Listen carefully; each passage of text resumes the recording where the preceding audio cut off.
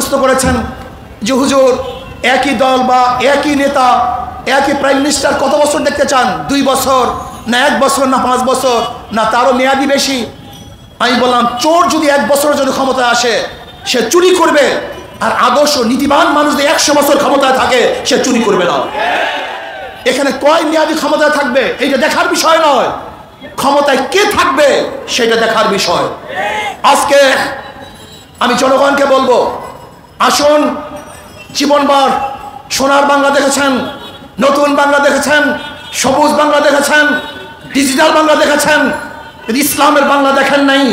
আজকে 92% মুসলমানদের দেশে ইসলামের বাংলা দেখতে চাই, ইসলামের জন্য আন্দোলন করতে চাই, ইসলামের জন্য সংগ্রাম করতে চাই, যে আদর্শ নীতি মহিলাদেরকে মুক্তি দিবে।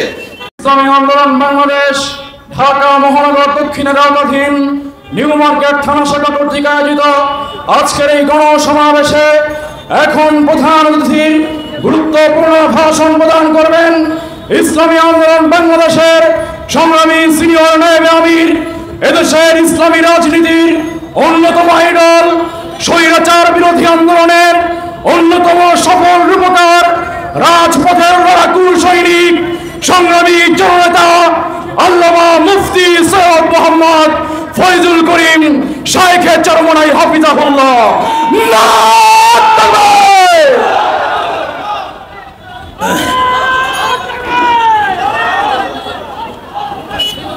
আসসালামু আলাইকুম ওয়া রাহমাতুল্লাহি ওয়া বারাকাতুহু।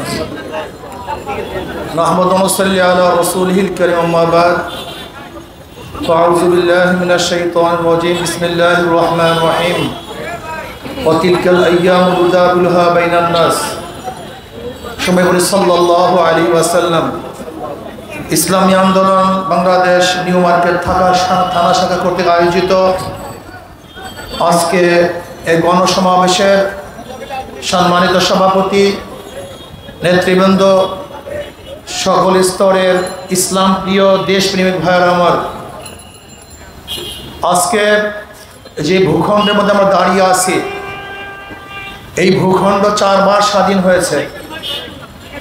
আপনারা জানেন প্রথম ব্রিটিশ থেকে আমরা স্বাধীন হয়েছিলাম।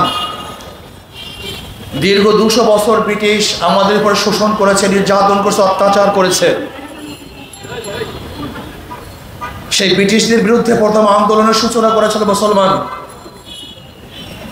1803 ঈসাই সালে যখন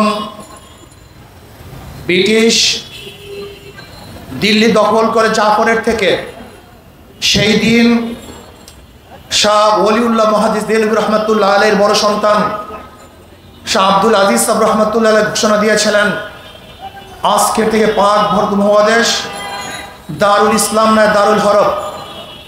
সেই 1803 ঈসাই সালে ব্রিটিশ বিরোধী আন্দোলনের বীজ বপন হয়েছিল। 1857 ঈসাই সালে সিপাহী বিপ্লব আজাদি আন্দোলনের সূচনা করেছিল মুসলমান।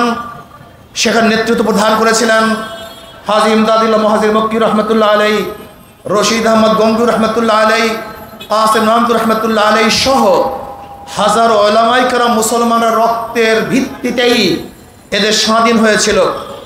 আজকে মুসলমানদের অনেকেরই জানা নাই ব্রিটিশ হটাও আন্দোলন মুসলমানদের কি ত্যাগ ছিল। শুধু এতটুকুই বলতে চাই, ব্রিটিশ হটাও আন্দোলনে শুধু আলেম শাহাদত বরণ করছে 80,000 আলেমকে শাহাদত বরণ করতে হয়েছিল। আপনারা জানেন চাকরি চর থেকে শুরু করে খায়বার পর্যন্ত এমন কোনো গাছ নাই যেই গাছের মধ্যে একজন আলেমকে ফাঁসিতে ঝুলানো হয় নাই। এই বাংলার মধ্যে 80,000 মাদ্রাসাকে ধ্বংস করা হয়েছিল, দিল্লির মধ্যে 1,000 মাদ্রাসাকে ধ্বংস করা হয়েছিল। হাজারো মানুষের রক্তের উপরে ব্রিটিশ এদেশ থেকে পালাতে বাধ্য হয়েছিল। ভেবেছিলাম এবার বৈষম্য দূর হবে, মানুষ মুক্তি পাবে, মানুষ স্বাধীন হবে, কিন্তু আমরা কি দেখলাম? ভারতের সংখ্যাগরিষ্ঠ হিন্দুরা আমাদের সাথে বৈষম্য করতেছে, মুসলমানদের অধিকার ফিরিয়ে দিচ্ছে না। মুসলমানরা ভাবছে আমাদের জন্য আলাদা এক ভূখণ্ডের প্রয়োজন, আলাদা এক দেশের প্রয়োজন। মুসলমান একমাত্র ধর্মের ভিত্তিতেই আবার পাকিস্তান নামে একটা দেশকে 47-এ স্বাধীন করেছিল। আপনারা জানেন ভারত থেকে এই দেশ ভাগ হওয়ার পিছনে ঋতুর কোনো কারণ ছিল না, ভৌগোলিক কোনো কারণ ছিল না, ভাষার কোনো কারণ ছিল না। একমাত্র ভারত থেকে পাকিস্তান নামীয় একটা দেশ আলাদা হওয়ার পিছনে কারণ ছিল পশ্চিম পাকিস্তানের ওরাও সংখ্যাগরিষ্ঠ মুসলমান, পূর্ব পাকিস্তানের মানুষের সংখ্যাগরিষ্ঠ মুসলমান। এই দেশ ভারত থেকে ভাগ হয়েছিল একমাত্র ইসলামের কারণে, ধর্মের কারণে। মনে রাখতে হবে এই দেশ মুসলমানদের দেশ, অন্য কারো দেশ নয়। দেশ মুসলমানদের অধিকার সমান, দেশ মুসলমানদের অধিকার সমান। যেরকম নওয়াজ সলিমুল্লাহ রহমতুল্লাহ আলাইহি 600 একর জমির মধ্যে আজকে মেডিকেল কলেজ, আজকে বুয়েট, ঢাকা ইউনিভার্সিটি অবস্থান করেছে। মনে রাখতে হবে স্যার সলিমুল্লাহ রহমতুল্লাহ আলাইহি অক্ষুকৃত জমিতে আজকে ইউনিভার্সিটি মুসলমানদের, কিন্তু পড়ার অধিকার সবার, রাস্তা করছি আমি, চলার অধিকার সবার, বাজার আমার, বাজার করার অধিকার সবার। মনে রাখতে হবে দেশ মুসলমানদের অধিকার সবার। ভেবেছিলাম এবার বৈষম্য দূর হবে, মানুষ শান্তি পাবে, মানুষ মুক্তি পাবে। আবারও আমরা কি দেখলাম? পশ্চিম পাকিস্তানিরা পূর্ব পাকিস্তানের সাথে বৈষম্য সৃষ্টি করেছে, অধিকার হরণ করেছে, বাক শক্তিকে, কণ্ঠকে তারা চেপে ধরেছে। আবারও পূর্ব পাকিস্তানের মানুষরা আন্দোলন করেছে, সংগ্রাম করেছে। 71-এ আমরা স্বাধীন বাংলাদেশ পেলাম। এবার ভাবছি আমরা বৈষম্যহীন হয়ে যাব, আমাদের বৈষম্য থাকবে না, সবার অধিকার ফিরে পাবে। জেলে তাঁতি, মজদুর, শ্রমিক, ঋষি, কামার, মুসলমান, হিন্দু সমস্ত জনগণ স্বাধীন মুক্ত, সবার অধিকার ঠিক থাকবে। অন্যের অধিকার, বস্ত্র অধিকার, বাসস্থানের অধিকার, শিক্ষার অধিকার, চিকিৎসার অধিকার সমান থাকবে। কিন্তু আমরা কি দেখলাম? 71-এ এত মানুষ জীবন দেওয়ার পরেও বৈষম্য চলতেছে। জেলের আজকেও তাদের অধিকার জন্য আন্দোলন করে, আজকেও 53 বছর পরেও আজকে আমার শ্রমিকরা তাদের অধিকার আদায়ের জন্য জীবন উৎসর্গ করে। আজকেও আমার মা বোনদের চেহারার উপরে এসিড নিক্ষেপ করে তাদেরকে ধ্বংস করে ফেলা হচ্ছে। আজকে আমার মা বোনদেরকে বাসের মধ্যে ধর্ষণের শিকার হচ্ছে। আজকে আমার মা বোনদেরকে ধর্ষণ করা বলে হত্যা করা হচ্ছে। আজকে আমার মা বোনদের অধিকার ফিরিয়ে দেওয়া হচ্ছে না। আবার আমরা আন্দোলন করলাম, সংগ্রাম করলাম, দুর্নীতি হটাও, সবুজ বাংলায় মানুষকে মুক্তি দেবে, নতুন বাংলায় মানুষকে মুক্তি দেবে, সোনার বাংলা মানুষকে মুক্তি দেবে, ডিজিটাল বাংলা মানুষকে মুক্তি দেবে। কিন্তু আমরা কি দেখলাম? মানুষের মুক্তি আসে নাই, মানুষের শান্তি আসে নাই, সব জায়গায় বৈষম্য। আবারও 2024 5ই আগস্ট ছাত্র জনতা আন্দোলন করেছে বৈষম্য দূর করার জন্য। কিন্তু কি দেখলাম? যে বৈষম্য দূর করার জন্য মানুষ আন্দোলন করেছে, সংগ্রাম করেছে, জীবন দিয়েছে। কিন্তু 5 তারিখের পরে আবারও লুট, আবারও পাট, আবারও ধর্ষণ, আবারও জুলুম, আবারও অত্যাচার, আবারও চাঁদাবাজি। না, এই বাংলাদেশ আমরা দেখতে চাই না। আমরা এমন এক বাংলাদেশ দেখতে চাই যে বাংলাদেশের মধ্যে কামার অধিকার থাকবে, ঋষির অধিকার থাকবে, চামারের অধিকার থাকবে, যেখানে ক্ষুধার্ত মানুষ থাকবে না, যেখানে মিসকিনরা ক্ষুধার তাড়নায় কাঁদবে না, যেখানে এক মুঠা খাদ্যের জন্য ডাস্টবিনে কাক কুকুরের সাথে বাংলাদেশের মানুষ লড়াই করবে না, যেখানে মুক্ত বাতাসের মধ্যে সমস্ত মানুষ ঘুরবে, খোলা আকাশের নিচে বাংলাদেশে একটা নাগরিক ঘুমাবে না, চিকিৎসার অভাবে একটা মানুষ মারা যেতে পারবে না, কোন বাংলাদেশের মানুষ অশিক্ষিত থাকতে পারবে না, আমাদের মা বোনের ইজ্জতহানি হবে না, প্রত্যেকটা মানুষ তাদের অধিকার নিয়ে বাঁচতে পারবে। এরকম বাংলাদেশ উপহার দিতে চাই, এরকম বাংলাদেশ আমরা থাকতে চাই। ভাইয়ের আমার, হচ্ছে না কেন? কারণটা কি? সবাই তো বলে সংগ্রাম চাই, আজাদ চাই, মুক্তি চাই, কেন হচ্ছে না কেন? এটা কিয়ামতের আগ পর্যন্ত হবে না। না হওয়ার কারণটা কি? মূল কারণ আমরা অনেকেই গবেষণা করি না। মাদার গাছ লাগিয়ে আমের আশা করা যায় না, চোরের মাধ্যমে চোর মুক্তি করা যায় না, ধর্ষকদের মাধ্যমে ধর্ষণ বন্ধ করা যায় না, জালেমের মাধ্যমে জুলুম বন্ধ করা যায় না, ডাকাতের মাধ্যমে ডাকাতি বন্ধ করা যায় না, খুনির মাধ্যমে খুন বন্ধ করা যায় না, দুর্নীতিবাজদের মাধ্যমে দুর্নীতি বন্ধ করা যায় না। এর জন্য প্রয়োজন শুধু নেতা নয়, নীতির পরিবর্তন চাই।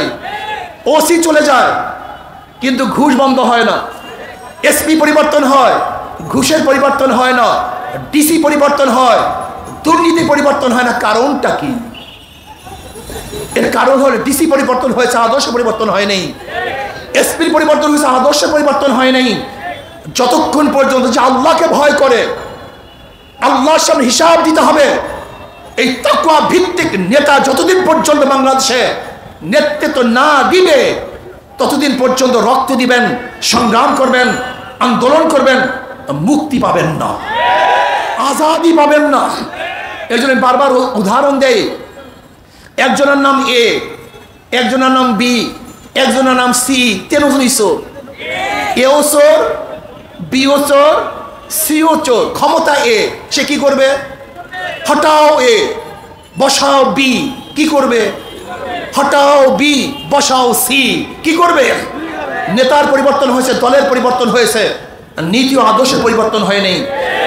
আমাকে সাংবাদিকরা প্রশ্ন করেছেন যে হুজুর, একই দল বা একই নেতা, একই প্রাইম মিনিস্টার কত বছর দেখতে চান? 2 বছর, না 1 বছর, না 5 বছর, না তারও মেয়াদি বেশি? আমি বললাম, চোর যদি 1 বছরের জন্য ক্ষমতায় আসে সে চুরি করবে, আর আদর্শ নীতিবান মানুষ যদি 100 বছর ক্ষমতায় থাকে সে চুরি করবে না। এখানে কয় মেয়াদি ক্ষমতায় থাকবে এইটা দেখার বিষয় নয়, ক্ষমতায় কে থাকবে সেটা দেখার বিষয়। আজকে আমি জনগণকে বলবো, আসুন, জীবনভর সোনার বাংলা দেখেছেন, নতুন বাংলা দেখেছেন, সবুজ বাংলা দেখেছেন, ডিজিটাল বাংলা দেখেছেন, ইসলামের বাংলা দেখেন নাই। আজকে 92% মুসলমানদের দেশে ইসলামের বাংলা দেখতে চাই, ইসলামের জন্য আন্দোলন করতে চাই, ইসলামের জন্য সংগ্রাম করতে চাই, যে আদর্শ নীতি মহিলাদেরকে মুক্তি দিবে। আমার মা বোনরা ভয় পায়, ইসলাম আসলে মনে হয় যে আমাদের সবাইকে বস্তার মধ্যে ঢুকায় ফেলাইবে। ইসলাম আসলে এই কাজ করতে পারবো না। মূল সমস্যা আসলে ইসলামের দুশ্মনেরা ইসলাম ভীতি আমাদের মধ্যে সৃষ্টি করেছে। আমাকে অনেক গাঁজাখোর বলে, হুজুর ইসলাম আসলে আমার গাঁজার অবস্থাটা কি হবে, আমি গাঁজা সেবন করবো কিভাবে? আমি বললাম, কোনো সমস্যা নাই, কোনো সমস্যায় তুমি এমনিতেই গাঁজা খাবা না। তাহলে কি বলেন আপনি? বলে দেখো, মসজিদে গিয়ে কি তুমি গাঁজা সেবন করতে পারবা? না হুজুর, মসজিদে গিয়ে তো গাঁজা সেবন করতে পারবো না। আমি বলি কেন? সেখানে তো গাঁজার পরিবেশ নেই। আমি বললাম, ঠিক ইসলাম ক্ষমতা আসলে গোটা বাংলাদেশকে এমন এক পরিবেশ সৃষ্টি করা হবে যেখানে গাঁজাখোর গাঁজা খাবে না, মদ পান করবে না, ধর্ষণ বন্ধ করে দিবে, ডাকাত বন্ধ করে দিবে, দুর্নীতিবাজ দুর্নীতির সাহস পাবে না। এবার বাংলাদেশ যদি করতে পারি তাহলে মানুষ মুক্তি পাবে, শান্তি পাবে, প্রত্যেকটা মানুষের অধিকার ফিরে পাবে। এই জন্য আসুন, সোশ্যালিজমের মধ্যে মানুষের মুক্তি নাই, ক্যাপিটালিজমের মধ্যে মানুষের মুক্তি নাই, সেকুলারের মধ্যে মানুষের মুক্তি নাই, সোশ্যালিজমের মধ্যে মানুষের মুক্তি নাই, ডেমোক্রেসির মধ্যে মানুষের মুক্তি নাই। একমাত্র মানুষের মুক্তি ইসলাম। ইসলামই একমাত্র মানুষকে মুক্তি দিতে পারে। Socrates, Plato, Aristotle, Montesquieu, Rousseau আর কার্ল মার্কস, মৌসুদের আদর্শ মানুষকে মুক্তি দিতে পারে না। একমাত্র জনাব মুহাম্মদ রাসূলুল্লাহ সাল্লাল্লাহু আলাইহি ওয়াসাল্লাম আদর্শ বাস্তবায়নের আগে মানুষ শান্তি পাবে না, মুক্তি পাবে না। কাজে আসুন, আগামী দেশ ইসলামের পক্ষের দেশ, আগামী শাসন হবে ইসলামী শাসন, যে শাসনের মধ্যে শুধু মানুষ নয় গোটা মাখলুকাত শান্তি পাবে। আল্লাহ আমাকে এবং আমাদের সবাইকে ইসলাম অনুযায়ী দেশ গড়ার, নিজেকে গড়ার তৌফিক দান করেন।